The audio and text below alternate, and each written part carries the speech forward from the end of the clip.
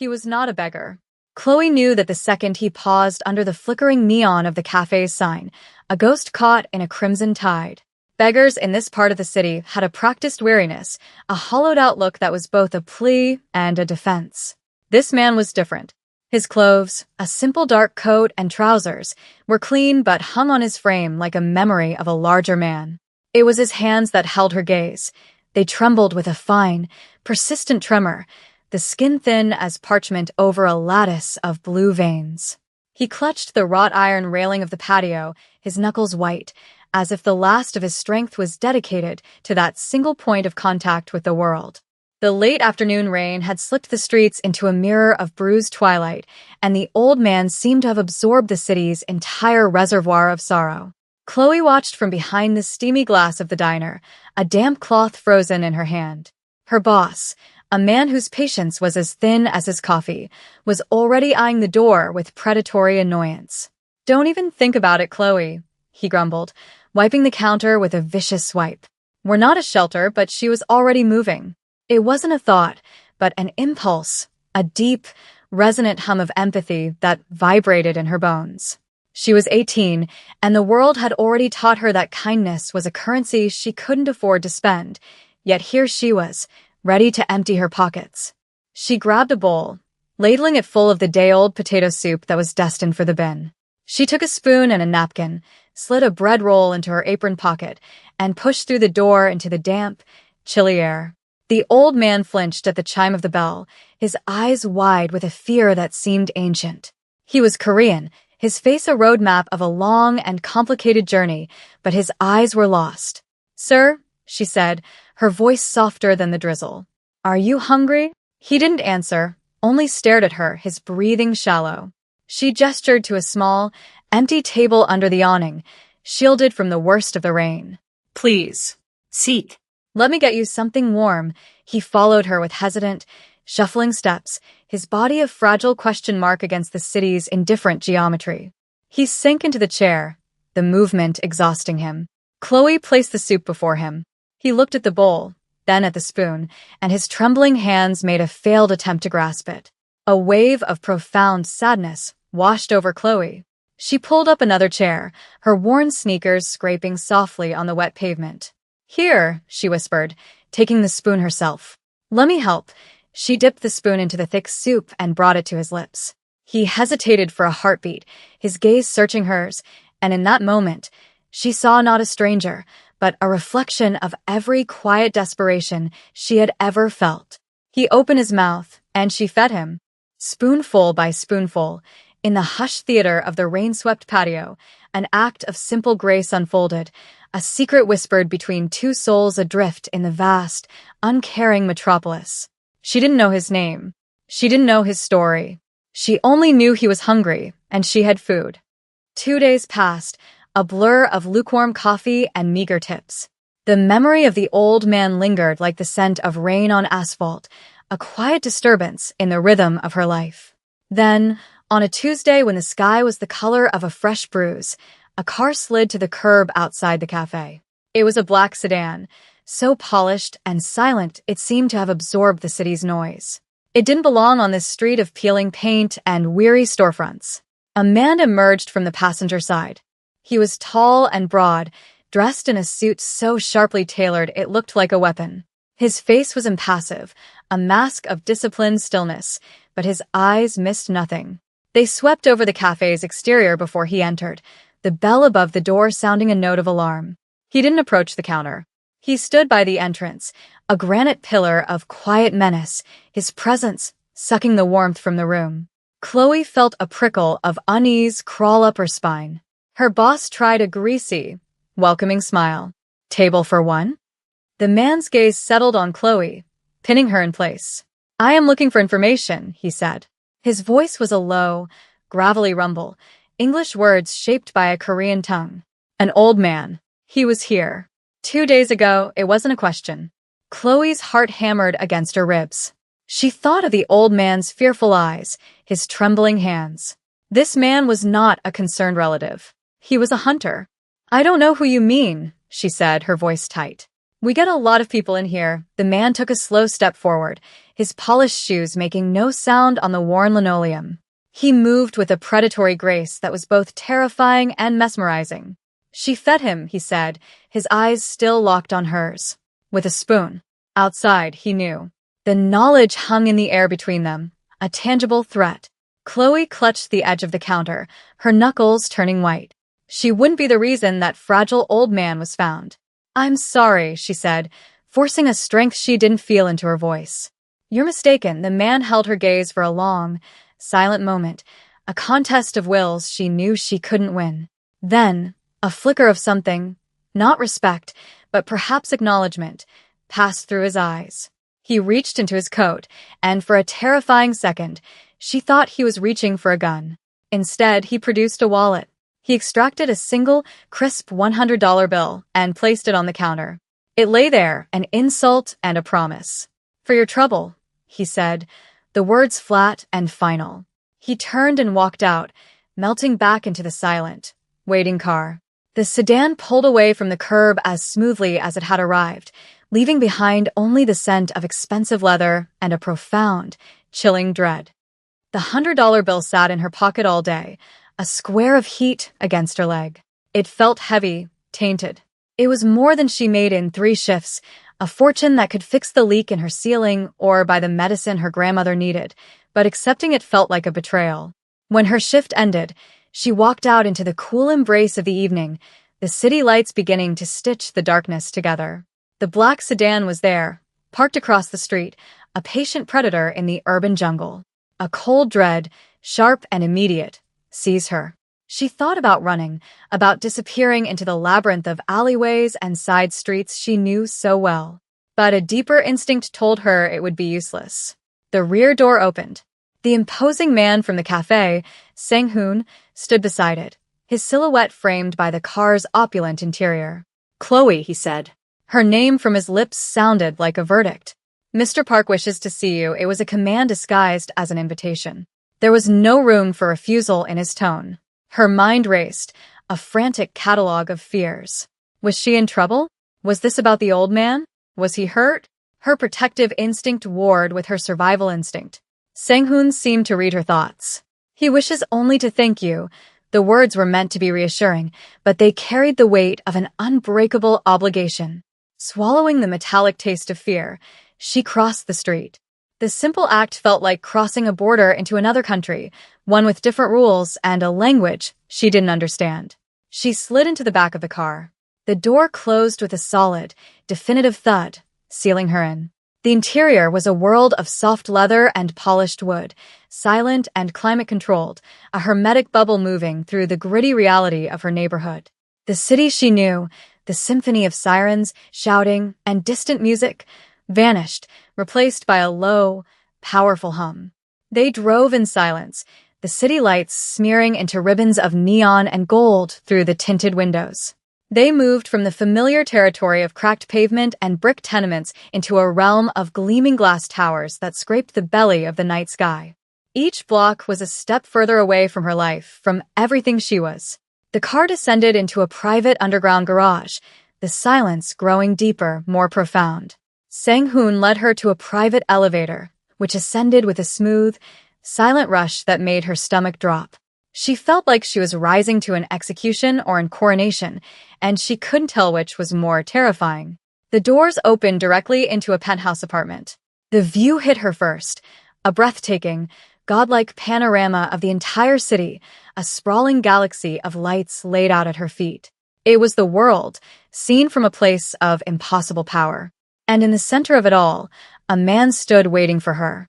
He turned from the floor-to-ceiling window as she entered, and the first thing she noticed was his stillness. Where Sang-hoon was a coiled spring of physical power, this man possessed a different kind of gravity. He was older, perhaps in his late 40s, with threads of silver at his temples and eyes that held a deep, weary intelligence. He wore a simple, dark cashmere sweater and tailored trousers, the picture of understated wealth. This was Mr. Park, Dae-hyun Park. He was not what she expected. There was a gentleness in his posture that seemed at odds with the silent menace of his enforcer and the fortress-like luxury of his home. Miss Chloe, he said, his voice a calm, cultured baritone. He gestured to a pair of plush armchairs. Please sit. Thank you for coming. She sat on the edge of the cushion, her body rigid with tension. Sang-hoon remained standing by the door, a silent, watchful statue. Dae-hyun sat opposite her, his movements fluid and deliberate. Sang-hoon can be direct, he began, a faint, apologetic smile touching his lips. I apologize if he alarmed you. It was not my intention, Chloe found her voice, though it was little more than a whisper. The old man. Is he all right?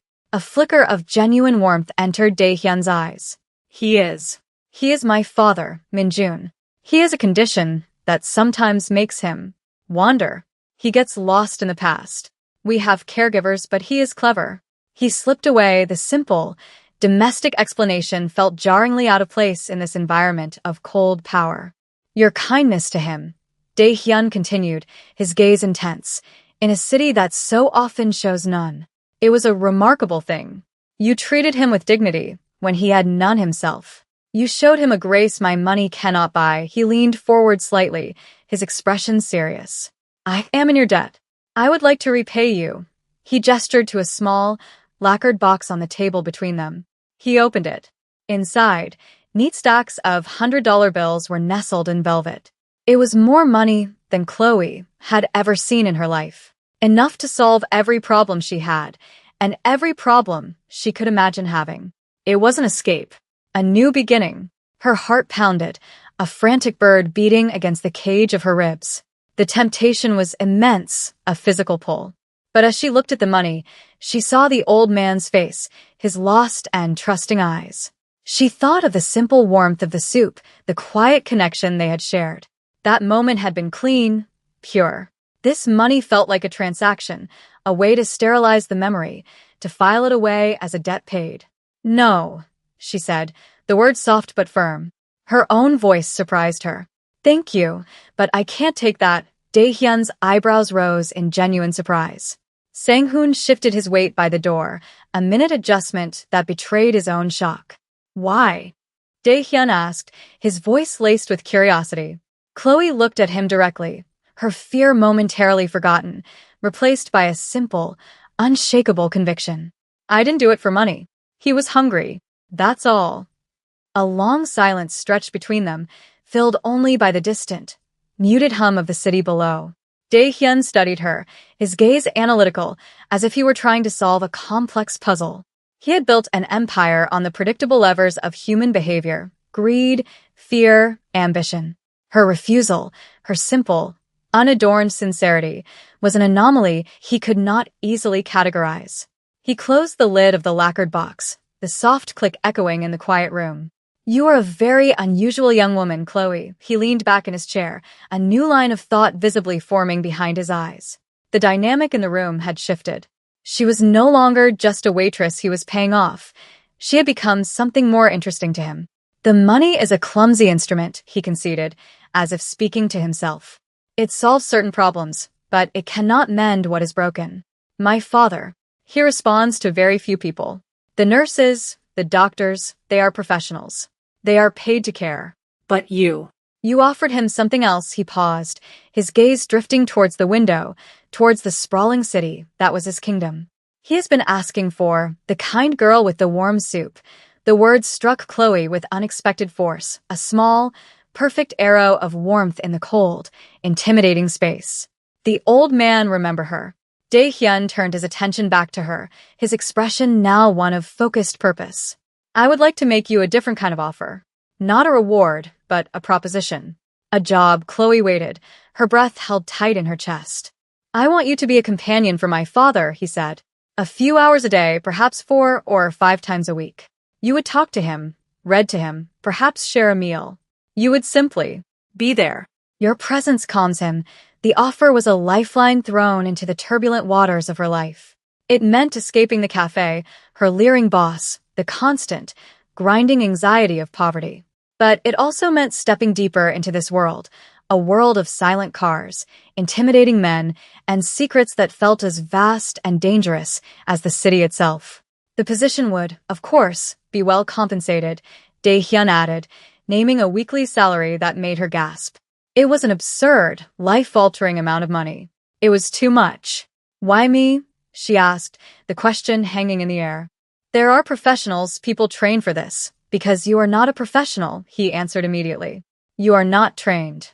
You have something they don't. You have an instinct for compassion that is genuine. My father trusts that instinct.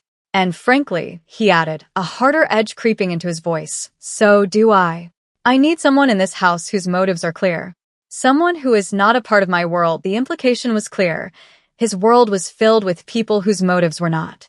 She was being offered a role as an outsider on the inside, a safe port in a sea of sharks.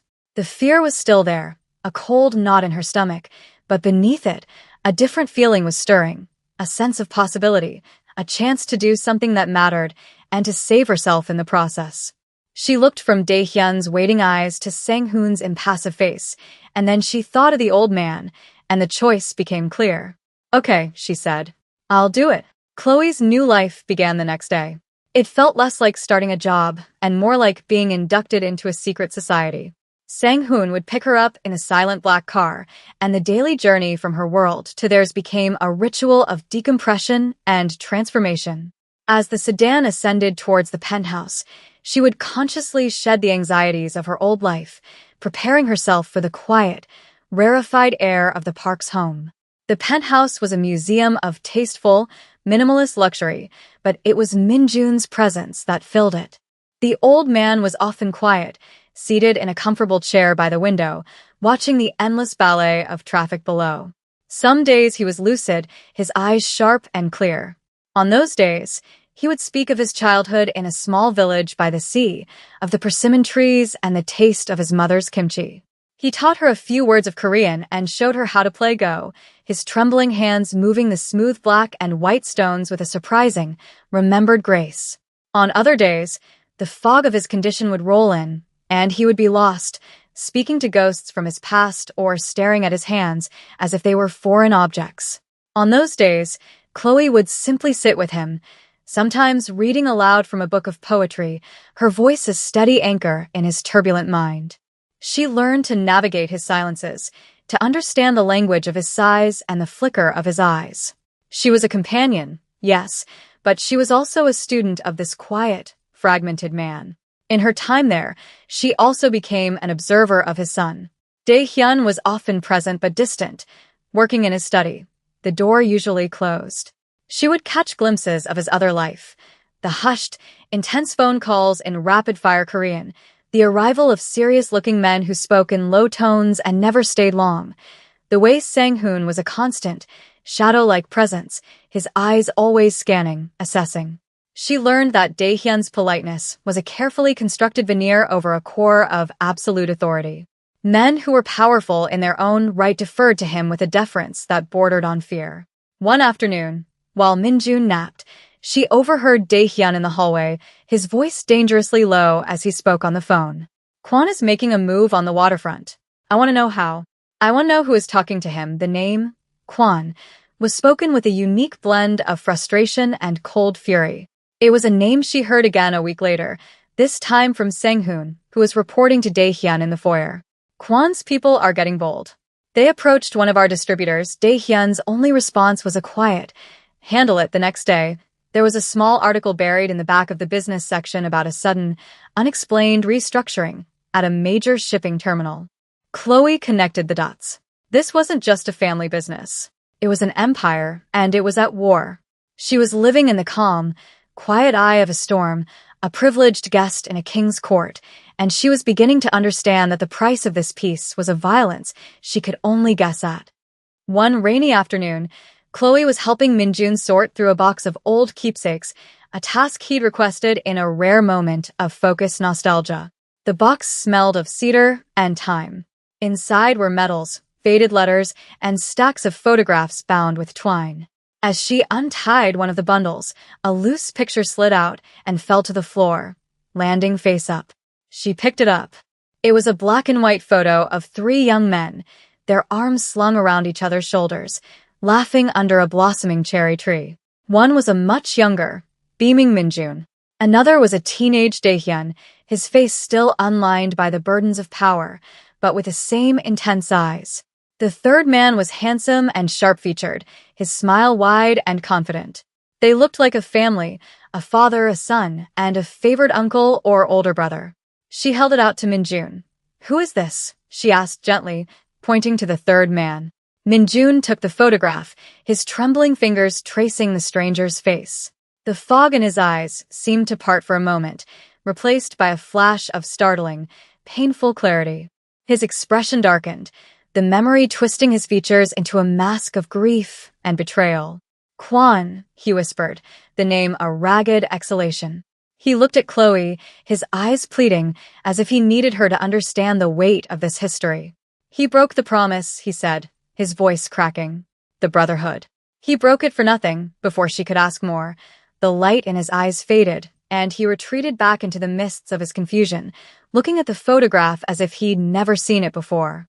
Later that evening, as she was preparing to leave, Dae-hyun came out of his study.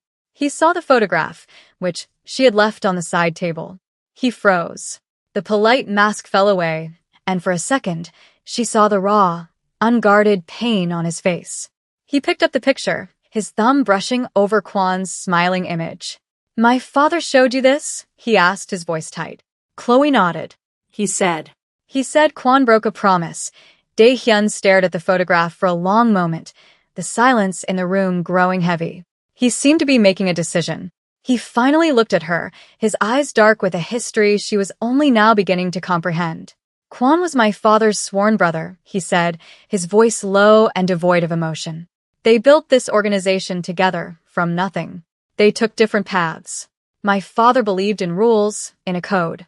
Kwan came to believe only in profit. He wanted to move into businesses my father refused, drugs, human trafficking. When my father would not yield, Kwan tried to take everything. He failed, and he was exiled. Now he has returned, and he wants to finish what he started. He wants to burn it all to the ground. Simply because my father built it," he placed the photograph back on the table, face down. "You are in this house now, Chloe. That means you are on the board.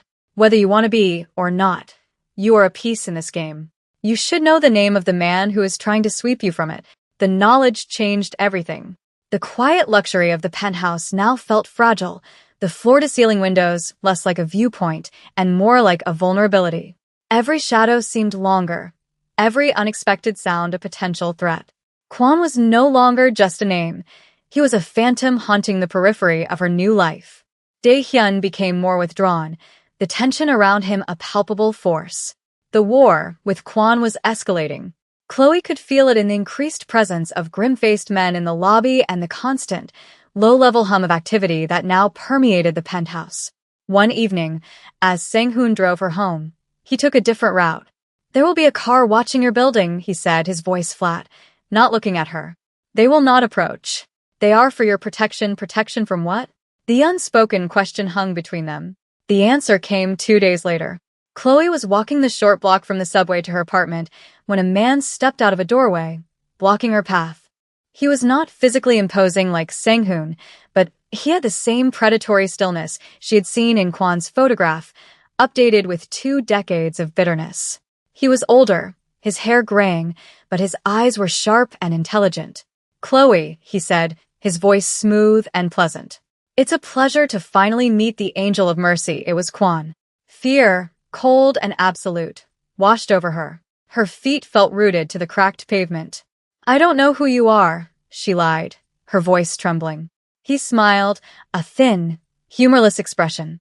"Oh, I think you do. Dae-hyun keeps you so close." A pet. A project. A weakness. He took a step closer, invading her space. He thinks his father's old ways can survive in this new world. Honor. Loyalty. He fills his fortress with them. But he leaves the gate open. "You are the open gate." Little bird, his words were calm, almost conversational, but they were laced with deadly intent. He was using her, probing Dae-hyun's defenses. Before she could react, a car screeched around the corner. Sang-hoon was out before it stopped moving, a dark, furious blur of motion. Kwan didn't flinch. He simply gave Chloe another thin smile. "Tell Dae-hyun that sentiment is a luxury he can no longer afford," he said, then turned and vanished into the labyrinth of the city as quickly as he had appeared. The confrontation came to a head a week later. Not in an alley, but in the sterile, neutral territory of a high-end restaurant, closed to the public. Dae-hyun had arranged a meeting. Sang-hoon had insisted Chloe stay in the penthouse, but Dae-hyun had overruled him. "She's a part of this now," he'd said. Kwon made her a part. "She will see it end." She sat at a small, separate table, a silent witness. Dae-hyun and Kwon sat opposite each other, the space between them charged with decades of shared history and betrayal. "This ends tonight, Kwon," Dae-hyun said, his voice calm. Kwon laughed. "It does. But not for me. You've grown soft, Dae-hyun. Hiding in your tower with your broken father and your charity case," he nodded towards Chloe. "She is the proof. Your father's sentimentality, his fatal flaw, lives on in you. You care what she thinks. That is why you will lose." Dae-hyun's jaw tightened. Chloe watched them, her heart pounding. Kwon was goading him, trying to provoke him into a rash action. But then she looked at Kwon, truly looked at him, and saw past the confident facade. She saw the ghost of the young man in the photograph. She remembered Minjun's words. He broke it for nothing, and in a moment of terrifying clarity, she understood. It wasn't about business. It wasn't about power. It was about the broken brotherhood. She stood up. Both men turned to look at her, surprised. "He misses you," she said, her voice clear and steady, directed at Kwon. "Mr. Park. Minhyun. He doesn't talk about the business. He talks about the persimmon trees. He talks about his brother." Kwon's smirk faltered. A flicker of confusion, of pain, crossed his face. "He keeps your picture," Chloe pressed on, the words tumbling out. "He told me you broke the promise." He didn't sound angry. He just sounded sut. He lost his brother for nothing. Her simple, earnest words did what no threat from Dae-hyun could. They bypassed Kwon's strategic mind and struck at the wounded core of the man he once was. The foundation of his rage, his belief that he had been wronged, was shaken by the simple, undeniable truth of an old man's grief. Kwon stared at Chloe, his composure shattered. For a fleeting moment, the calculating rival was gone, replaced by the young man in the photograph, caught in the headlights of a past he could not outrun. Her words hadn't been a strategy. They were the truth, and their emotional honesty was a weapon he had no defense against. He had built his entire campaign of revenge on the narrative that Minjun and Dae-hyun had betrayed him, had cast him out for their own ambition. Chloe's revelation that the old man's primary memory of him was one of fraternal loss, not business rivalry, undermined the very premise of his war. Dae-hyun saw the opening, the crack in Kwon's armor. He didn't press the attack with threats or violence. He leaned forward, his voice low and devoid of triumph. "It was never about the money, was it, Kwon? It was about his approval. And you threw away the one thing he ever wanted from you. Your loyalty." Kwon looked from Dae-hyun's steady gaze to Chloe's compassionate one, and something inside him seemed to collapse. The fight went out of his eyes, replaced by a vast, echoing emptiness. He had waged a war for decades, fueled by a grievance that, he was just now realizing, was largely of his own making. He had become the villain in his own story. He pushed his chair back, the legs scraping harshly against the polished floor. He stood, no longer a formidable rival, but just an old, tired man. He walked out of the restaurant without another word, leaving his empire, his revenge, and his past behind him on the table. The silence he left was heavier than the tension that had preceded it. Sang-hoon, who had been watching from the shadows, stepped forward, his expression a mixture of awe and disbelief. He looked at Chloe, and for the first time, she saw clear and undisguised respect in his eyes. He gave her a short, formal bow. Dae-hyun let out a long, slow breath, the tension of years seeming to drain from his shoulders. "You did what an army of my men could not," he said to Chloe, his voice filled with a quiet wonder. You reminded him of who he used to be. The immediate danger had passed. The war was over. Later that night, back in the quiet of the penthouse, Dae-hyun stood with her by the window, the city lights a silent, glittering testament to his victory. "You are free to go, Chloe," he said softly. "Kwon is gone. The threat is gone. I will give you what I promised, enough to start a new life, to go anywhere, to be anything you want. You have more than earned it." He was offering her an exit, a return to a normal life, albeit a much wealthier one. It was everything she had ever dreamed of. But as she looked out at the city, she realized the view no longer intimidated her. She wasn't just the girl from the struggling neighborhood anymore. She had faced down one of the most dangerous men in the city with nothing but a few honest words. She had found a strength she never knew she possessed. 6 months later, the city was draped in the crisp, golden light of autumn. Chloe sat in a university library, a heavy textbook on urban planning open before her. The quiet murmur of students, the scent of old paper and ambition, was the new soundtrack of her life. She looked different. The weary tension that had perpetually hunched her shoulders was gone, replaced by a calm confidence. She had accepted Daehyun's offer, but not all of it. She took enough for tuition and a small, sunny apartment in a safe neighborhood, a world away from both her old life and his. The rest, she had insisted, he put into a trust for his father's care. Her life was her own now, built not on a handout, but on a foundation she had laid herself. She still thought of them sometimes. She wondered how Minjun was, if he ever asked for her. She thought of Daehyun, a king in his glass tower, and hoped he had found some measure of peace in his victory. She had chosen to walk away, to reclaim her own story from the pages of theirs. As she was packing her bag to leave, a campus mail attendant approached her. "Package for you, miss." It was a small, plain cardboard box with no return address. Curious, she took it to a bench outside, the autumn leaves crunching under her feet. She opened it carefully. Inside, nestled in a bed of tissue paper, was a small, exquisitely carved wooden bird. It was a sparrow, its head cocked with a curious, lifelike energy. The detail was remarkable, each tiny feather etched with painstaking care. She knew instantly who had carved it. She remembered Minjun sitting by the window for hours with a small block of basswood and a whittling knife, his trembling hands growing steady and sure as he worked, coaxing life from the inanimate object. It was the only thing his mind never lost. There was a small, folded card at the bottom of the box. She opened it. There were no words of thanks, no grand pronouncements. Just a single, perfectly rendered character in black ink, written with a confident, calligraphic hand. She didn't know much Korean, but she remembered this character. Minjun had taught it to her during one of their lessons. It meant family. A tear slid down her cheek, a drop of warmth in the cool autumn air. It wasn't a tear of sadness, but of gratitude. It was an acknowledgement, a quiet thread of connection that stretched across the city, from a penthouse in the sky to a girl on a campus bench. It was a promise that even in the vast, anonymous sprawl of the city, acts of kindness mattered. They echoed. They endured. Chloe closed her hand around the small wooden bird, its polished surface smooth and warm against her palm. She looked up at the endless sky, the setting sun painting the clouds in shades of orange and rose. The city wasn't a monster to be feared anymore. It was just a place, full of broken and beautiful things, and she had found her own place within it, not as a victim of its currents, but as a quiet architect of her own hopeful future.